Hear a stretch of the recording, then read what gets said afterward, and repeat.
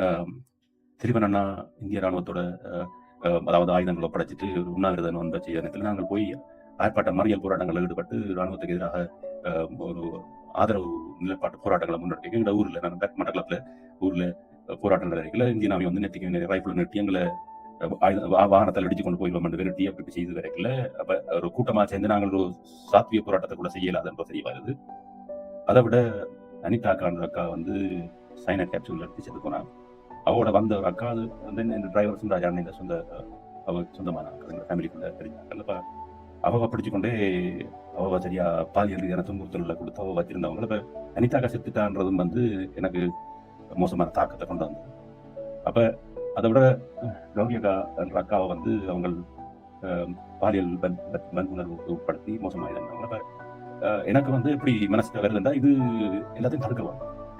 இப்படியான ஒன்றை ஏற்றுக்கொண்டு அடிமைப்பட்டு